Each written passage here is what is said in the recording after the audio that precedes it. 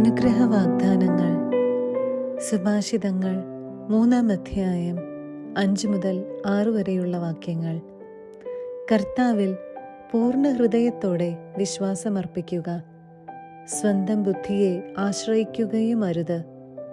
നിന്റെ എല്ലാ പ്രവൃത്തികളും ദൈവവിചാരത്തോടെയാകട്ടെ. അവിടുന്ന് നിനക്ക് വഴി തെളിച്ചു തരും.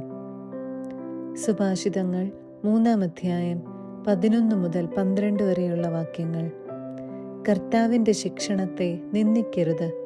അവിടുത്തെ ശാസനത്തിൽ മടുപ്പ് തോന്നുകയും അരുത്. എന്തെന്നാൽ പിതാവ് പ്രിയപുത്രനെ എന്ന പോലെ കർത്താവ് താൻ സ്നേഹിക്കുന്നവനെ ശാസിക്കുന്നു. സുഭാഷിതങ്ങൾ 16-ാം അധ്യായം 1 മുതൽ 3 വരെയുള്ള വാക്യങ്ങൾ. മനുഷ്യൻ പദ്ധതികൾ വിഭാവനം ചെയ്യുന്നു.